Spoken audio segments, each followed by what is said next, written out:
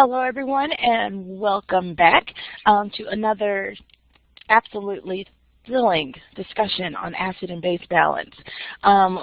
Couple of housekeeping things. Remember, once again, your lab practical is going to be bumped up a week. Instead of being on May 7th, it's going to be on April 30th, so it's just 1 week additional. This week in lab, we will do the structures of the reproductive system. In lab, I'm going to point out quite a few of them to you. It'll be a lot of pictures, some models. For any of those tissues like the endometrium, the myometrium, all of those would be on pictures. For a lot of those very small sphincters when it comes to the male reproductive system, a lot of those connective tissues, you really don't see them on the models really super well, so those will be on pictures. But I'll let you all know of that in lab class tomorrow afternoon. So for your lab practical stuff, it'll just be the reproductive system and the rat dissection. So we have the rat dissection. And I've also sent you guys an email on Blackboard that details exactly which rat organs you'll be responsible for. You're not going to be responsible for all of them that are in your lab book, but there are quite a few that I've listed that I want you to be responsible for. In addition to that, there are pictures of actual rats that we use in lab. I know some of you are a little kind of squeamish about the idea of cutting up an entire organism. If you go over the pictures that I've taken, it says in-class lab rat dissection. If you use those pictures, and if you use the other pictures for the other dissection that another professor at another university dissected, you should be good. Now keep in mind on the green PowerPoint, the one's got the green background that has the dissection that was done at another college or university, some of those structures you won't be responsible for. So you're only going to be responsible for those structures that I've emailed you that are also listed on Blackboard in the announcements for the rat dissection. We will have actual rats opened up in there when it's time for your lab practical, so you might want to at least see what they look like open up live and in person, because sometimes it can be a little difficult and it's not it can look a little different when you're just only studying from pictures. So make sure that you actually look at a rat. So this week we'll do the reproductive system, the male and the female. We will also, and then next week, we will do a rat dissection, and we're going to kind of do it as a dissect along that we'll dissect together. Now, the PowerPoint that I've put together for you on the rat dissection, you'll be able to tell which one it is because you'll see my little brown hands in it. For that PowerPoint, I didn't label any of those because I thought it would be really good practice for you guys to label those parts of the dissection. So go through it and label them. And they're all pretty straightforward, and you've got lots of keys and guides to help you with that. I've graded your lab practicals and your homework assignments. If you turned in homework and didn't get credit for it, let me know. The lab practical, best so far. I think the average is like an 80, like an 82 or something like that. So really good, strong lab practical. I expect for your final lab practical to be just as strong. I decided to bump up your lab practical for your fourth one, because I didn't really think that you needed 3 weeks to prepare for that. And then on top of that, it's getting really warm and hot in that classroom. So if we keep those rats for 2 weeks, 3 weeks is going to get really, really stinky.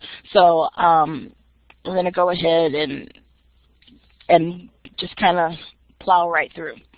All right, so I think that is the last of my announcements for today. We're going to finish up where we left off. We will finish acid-base balance today. I don't know if we're going to get into reproductive. I think we'll do that on next week, so we'll start reproductive next week. And we're going to kind of take our time through reproductive, and I'm going to try to do some fun stuff through there because we really did finish a lot faster than I thought we would. So I'm going to try to incorporate some more fun things, videos or activities or something that I think would be fascinating for the reproductive system. So the last where we left off is that we were talking about compensation. We talked about renal compensation, in fact, and we talked about how or actually we talked about respiratory compensation. We hadn't gotten to renal compensation. So we talked about respiratory compensation and how that's going to, as the name suggests, compensate or make amends for the fact that your pH is not quite where it needs to be. And we also talked quite extensively on Monday about how the respiratory system plays a role in monitoring or deciding what the pH was going to be internally, whether it's an intracellular fluid or an extracellular fluid. We also established that when the partial pressure of carbon dioxide or the concentration of carbon dioxide and the pH are inversely related to one another. So as one raises, the other one's going to fall. So when the carbon dioxide levels rise, then the pH is going to fall down. When carbon dioxide levels fall, then your pH is going to rise. So we recognize that it's they're inversely related to one another. So the next type of compensation we'll talk about is renal compensation. Renal compensation is the change in the rate of bicarbonate ions and hydroxy ions that are secreted, which means put into the filtrate and eventually are urinated out of the body, or that are going to be reabsorbed by your kidneys, put into those peritubular capillaries around your nephrons in response to changes in your plasma pH. Usually our body's going to make enough of these organic and fixed acids a day to keep our hydrogen concentration in the extracellular fluid at about 100 molar equivalents of hydrogen ions. The kidneys will help the lungs. Remember we talked about, and let's go back and look at this again just to refresh your memory.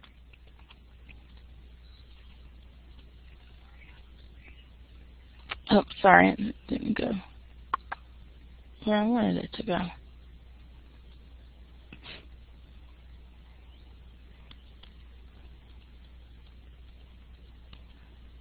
And I think I might have gone too far.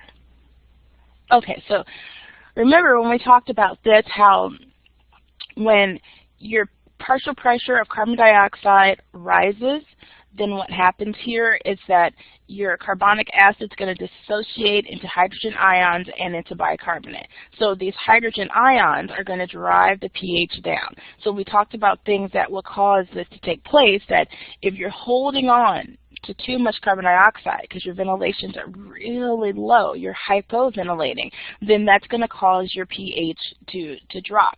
Whereas if you're hyperventilating, then that's going to cause your pH to increase. You're getting rid of excess carbon. If you're having, sorry, I'm like looking at this and saying it backwards. When your partial pressure of carbon dioxide falls, when you're hypoventilating, when you're holding on to too much of that carbon dioxide, then what happens is that your pH is going to eat up and be more alkaline. So we realize they're inversely related to one another. In hyperventilating, which is what this picture shows, when you're hyperventilating, what happens here is that you're going, in hyperventilation, you're blowing off those excess hydrogen ions.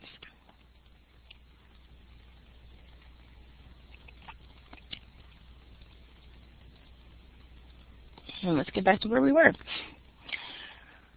So for renal compensation, the kidneys can assist the lungs by getting rid of carbon dioxide, and it does that through bicarbonate ions.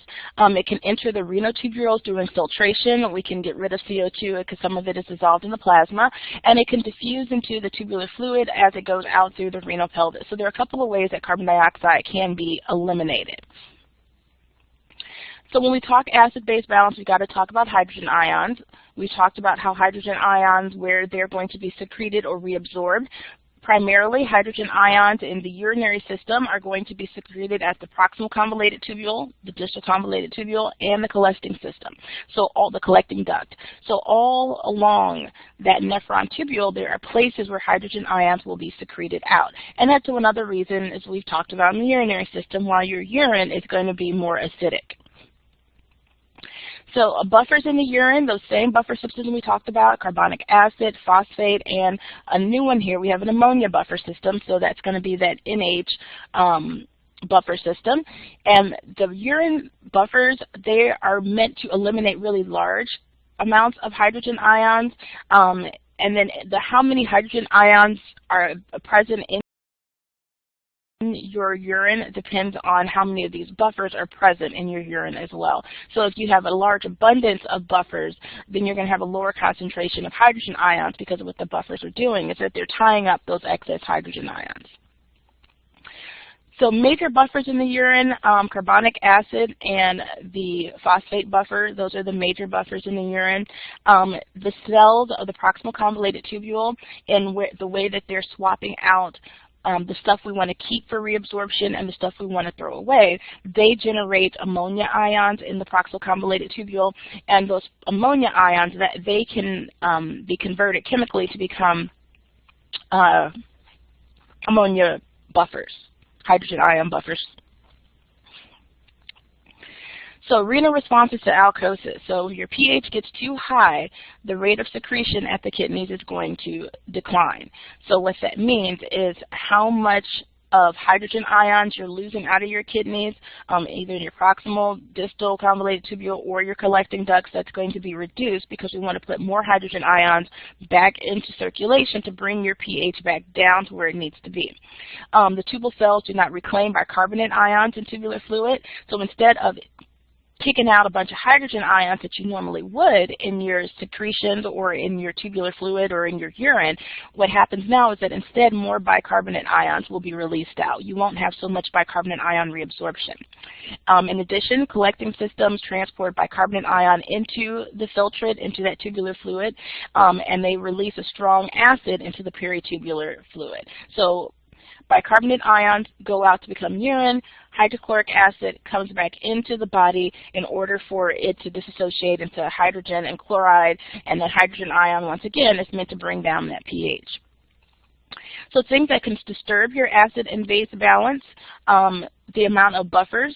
If you have too many buffers that are circulating as a result of injury, diet, or whatever the case may be, or lack of food, starvation, any of those things can, if they disrupt the amount or the concentration of buffers, then that's going to screw up with your acid and base balance, because their whole job is to help tie up some of those hydrogen ions and to release hydrogen ions when appropriate to keep your pH where it needs to be.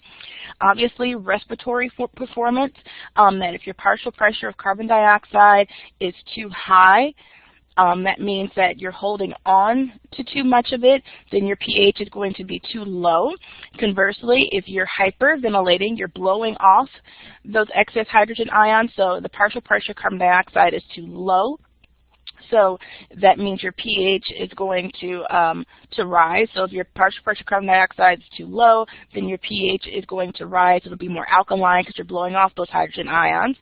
We talked about renal function, how if there's trouble or something that's happening in your kidneys, that it's going to affect what gets secreted and what gets reabsorbed, whether you're secreting out too many hydrogen ions or too many bicarbonate ions or reabsorbing too many bicarbonate ions, and that's all going to disturb your acid and base balance. You even have cardiovascular conditions that can affect this. Heart failure. Heart failure can affect this because it can it prevents your body from moving the fluid appropriately through your body and making sure that it gets filtered as it should. It also prevents your respiratory system from functioning properly, and your respirations are usually either too high or too low, and so that's going to affect your pH balance as well. Hypotension, high blood pressure. High blood pressure, hypotension, low blood pressure. If your blood pressure is too low, that can also affect your acid and base balance because the amount of fluid that's being secreted out is going to be reduced because that pressure is so low, the fluid is so low, so that's going to kind of tinker with the chemoreceptors and also keep your acid and base balance from being where it needs to be.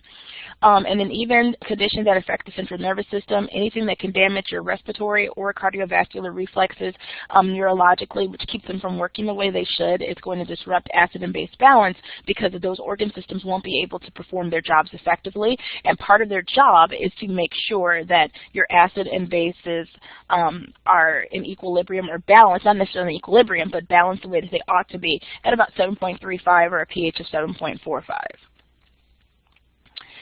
Now, acute phase disturbances is the initial phase. At this point, the pH is going to move very rapidly out of the normal range. So it's going to either go up really high or go up really low. So in the acute phase, this is just when it's just starting to happen, when the failure of any of those organ systems that we talked about, neurological failure, cardiovascular failure, respiratory failure, renal failure, whatever it may be, when the effects of that failure are first shown in the body or manifest in the body, then your pH is going to move out of range very quickly. That's the very first phase of that. What your body's going to attempt to do is to make amends for this or to compensate. So the compensation phase is when this condition doesn't right itself as quickly as it ought to, or as quickly as your body would like to, and the condition persists, then your body will make physiological adjustments to compensate or to make amends for the fact that your pH is too high or your pH is too low. So there will be physiological adjustments that occur when the condition continues. Respiratory acid-base disorders will result from, and I'm going to start highlighting some stuff here, from an imbalance between carbon dioxide that's produced in your tissues as a byproduct of metabolism and the carbon dioxide that's released at your lungs. So there's an imbalance there. This will cause abnormal levels of carbon dioxide in your extracellular fluid. So whether those levels are too high or too low, the point is that they're out of that normal range. They're not in the normal range that we'd like for them to be. Metabolic acid-base disorders are going to generate from a result from the generation of organic or fixed acids, also byproducts of metabolism that we can have from your tissue, and then it can also result from conditions that affect how much bicarbonate is circulating in your extracellular fluid, whether your kidneys are secreting out too much bicarbonate into the urine or they're reabsorbing too much bicarbonate. Either one of those cases is going to affect your pH. Now for respiratory acidosis, this is when your lungs cannot eliminate all of the CO2 generated by those peripheral tissues. So remember we talked about respirations, you're holding on to too much CO2, you're not blowing it off and getting rid of it as fast. Concentration of CO2 is much higher, so that means that your pH is going to be much lower. They're inversely related to one another. Major signs of respiratory acidosis is a low plasma pH due to hypercapnia. Hypercapnia just means you have a high concentration of carbon dioxide levels. Now the cause, so this is the sign. This is a little bit different than what the cause is, so I don't want you to get confused here. The sign is hypercapnia, high CO2 levels. The cause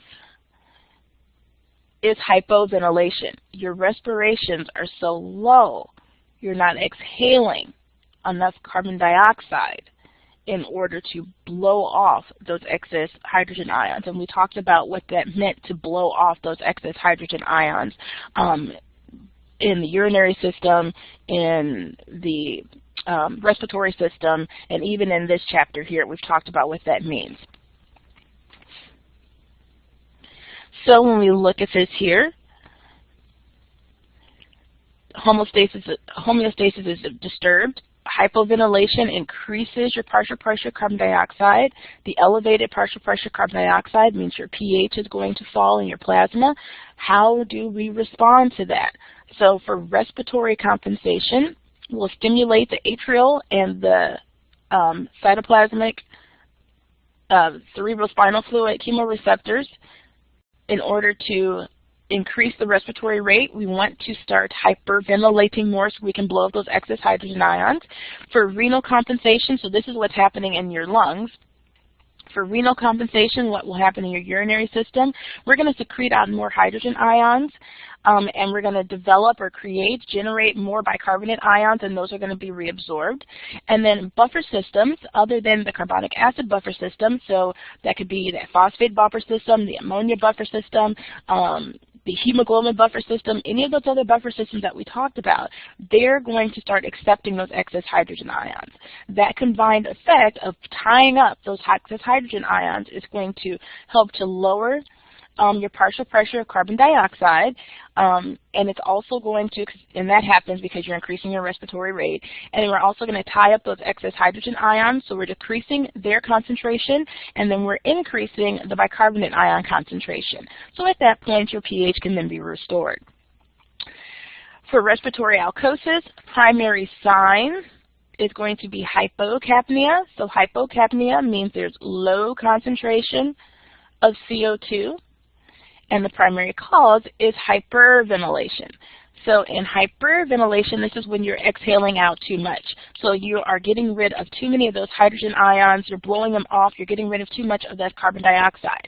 A lot of times you'll see people put a paper bag around their mouth when they're hyperventilating, or someone will tell them to do that.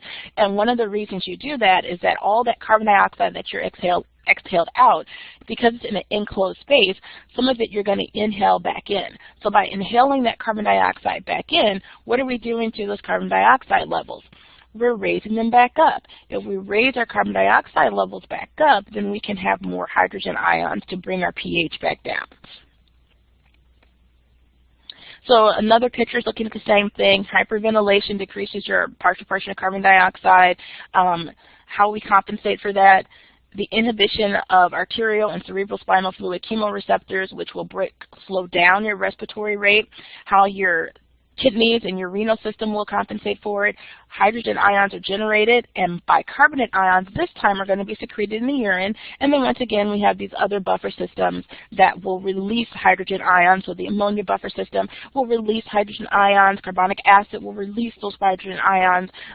Phosphate buffer systems will release hydrogen ions this time. And then the combined effect: increased CO2 levels, increased hydrogen ion concentration, lower bicarbonate ions, because bicarbonates can take up hydrogen ions, and we bring our pH back to normal.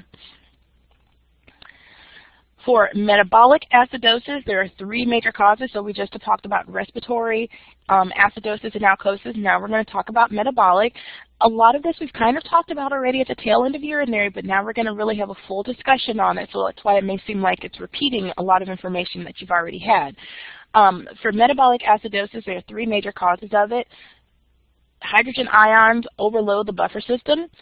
We have a large number of fixed or organic acids, maybe metabolically from our diet, or there's something else is going on in the body, but the point is we have too many hydrogen ions, and they overload the buffer system, so there aren't enough of these bicarbonate ions, not enough of these ions to accept those excess hydrogen ions, so there are too many of them floating around, and it makes the pH lower.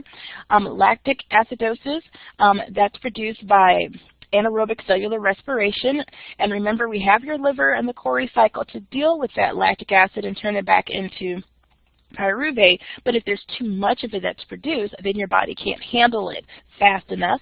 Ketoacidosis, we talked about in the digestive system. That's where we produce, and also in metabolism, we produce excess ketone bodies. So these are all things that are metabolic in nature that can cause your pH to be too low. Other causes of it, so that's just all is one. Impaired hydrogen ion excretion, can't get rid of it at the kidneys, or something's wrong with the kidneys and we are losing way too many bicarbonates. Once again, we look at this. If your pH is disturbed, you have too many hydrogen ions, that means your pH is going to be too low. What can happen? How do we respond to this? Well, we compensate through the respiratory system. Chemoreceptors detect the increased level of hydrogen ions. They're going to increase the respiratory rate to blow off some of those hydrogen ions. Renal compensation, hydrogen ions are going to be secreted more, bicarbonate ions are going to be generated. And then this is kind of the same thing that we looked at before, that with those combined effects, we'll decrease hydrogen ion concentration, increase bicarbonate ion concentration, reduce our partial pressure of carbon dioxide in order to bring us back to normal.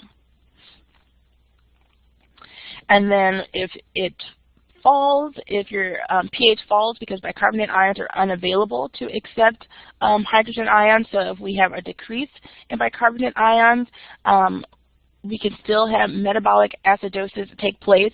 So for metabolic acidosis, it's not only relating to having too many hydrogen ions, it can also relate to having too few bicarbonate ions. Oops, right here. That was actually a little higher. There, by having too few bicarbonate ions. So bicarbonate ion loss, we're losing too many of them. Your pH is going to fall because there aren't enough bicarbonates, so there are excess hydrogens because not enough bicarbonates are tying them up. How your body responds, once again, cerebrospinal fluid, arterial receptors are going to increase your respiratory rate. If we increase our respiratory rate, a higher concentration of partial pressure, remember pH and carbon dioxide are inversely related to one another. renal system secrete, get rid of, kick out any of those excess hydrogen ions. And then we have other buffer systems, other than the carbonic acid buffer system, so the ammonia buffer system, the hemoglobin buffer system, the phosphate buffer system. All of those other ones are going to take the place of bicarbonate and to tie up those excess hydrogen ions. So those combined effects are going to decrease hydrogen ion concentration and this time increase bicarbonate. We're also going to decrease our partial pressure of carbon dioxide, so we're going to bring that down in order to bring our pH back up. And then we're also going to have the pH is restored. So these are the ways your body will respond. For metabolic acidosis, we have too many bicarbonate ions. Bicarbonate ions will interact with hydrogen ions in solution and form carbonic acid. The reduction in hydrogen ions, so if we have too much of this, because we have too much of this and not enough of this hydrogen ions, then reduced level of hydrogen ions can cause alkosis. Decreased hydrogen ions and a gain of bicarbonate ions will elevate the pH. So how we deal with that, pretty much the same way that we saw on the previous slide, on this slide here. So all of these things are still going to happen in order to bring our pH to restore it to where it needs to be.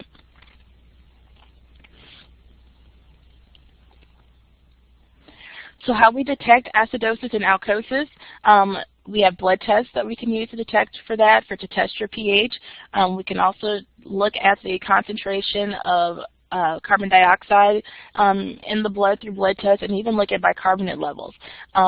These are all done to recognize whether there's acidosis or alkosis happening in the body, and it also helps us to classify whether or not, looking at the levels of bicarbonate and partial pressure of carbon dioxide, to determine whether it's respiratory in nature or metabolic in nature. So let's say that this is a kind of our just run-of-the-mill diagnostic chart. If we suspect that there's an acid and base disorder, first thing we do is we're going to check the pH. So once we check the pH, and let's change this, make this a little different. So we're going to check the pH. If we see that the pH is less than 7.35, then we know it's acidosis. All right, check that off the list. Now the next thing we want to do with our blood test is that we're going to check the partial pressure of carbon dioxide. So we'll check the partial pressure of carbon dioxide, and we want to see if it's in its normal range, between 35 and 45 millimeters of mercury. So if we have that when we check our partial pressure of carbon dioxide and we notice that the partial pressure of carbon dioxide is normal or decreased, then we can go down this lane. If we notice that the partial pressure of carbon dioxide has increased, that it's much higher than 45 millimeters of mercury, like anything greater than 50 millimeters of mercury, then we can say that it is respiratory that's causing this acidosis. So let's work down the respiratory side first. So we check the partial pressure of carbon dioxide, notice that it's 57 millimeters of mercury. We are going to continue to go on now and say that the primary cause is probably hypoventilation. Those respirations are too low. Then we're going to check the bicarbonate levels in the blood. If we check the bicarbonate levels in the blood and we notice that they're normal, then it's just acute respiratory acidosis. That it's respiratory acidosis, and it's in the acute phase. There's no compensation that's happening here. So things that can cause that are respiratory failure, central nervous system failure that's keeping you from having the normal amount of respiration that you should, or there could be a puncture in the lungs or pneumothorax. So there could be something happening in the lungs. Now, if we check your bicarbonate levels and they're not normal, they're actually increased, then we say what the body is doing is that, yes, it's still the respiratory system that's causing this acidosis, but what's happening here is that your bicarbonate levels have increased in order to tie up those excess hydrogen ions or to compensate for this. So in cases of emphysema and asthma, which are long-term chronic conditions of the respiratory system, we could find that metabolically, your renal system is trying to compensate for the acidity of the pH and trying to tie up some of those excess hydrogen ions. Now we go to this and we check our carbon dioxide levels and they're normal or they're a little bit lower than what they should be. The next thing we want to check, actually after we check our our levels, if they're normal, then we say that it's acute metabolic acidosis. Once again, it's not the problem of the respiratory system because that's in its normal range, and then we don't see where the body is trying to compensate because the respirations are not lower than they would be. They're in their normal range. So we're in the acute metabolic acidosis. If, however, we see that respirations have been decreased, then we say that this is metabolic acidosis because it's not the respiratory's fault because we're not higher than what we normally need to be, the concentration of CO2. What's happening here is that those concentrations of carbon dioxide are now lower. It's decreased because we're trying to compensate in order to bring up the pH. So the reduction may be due to respiratory compensation. And then we want to do something extra.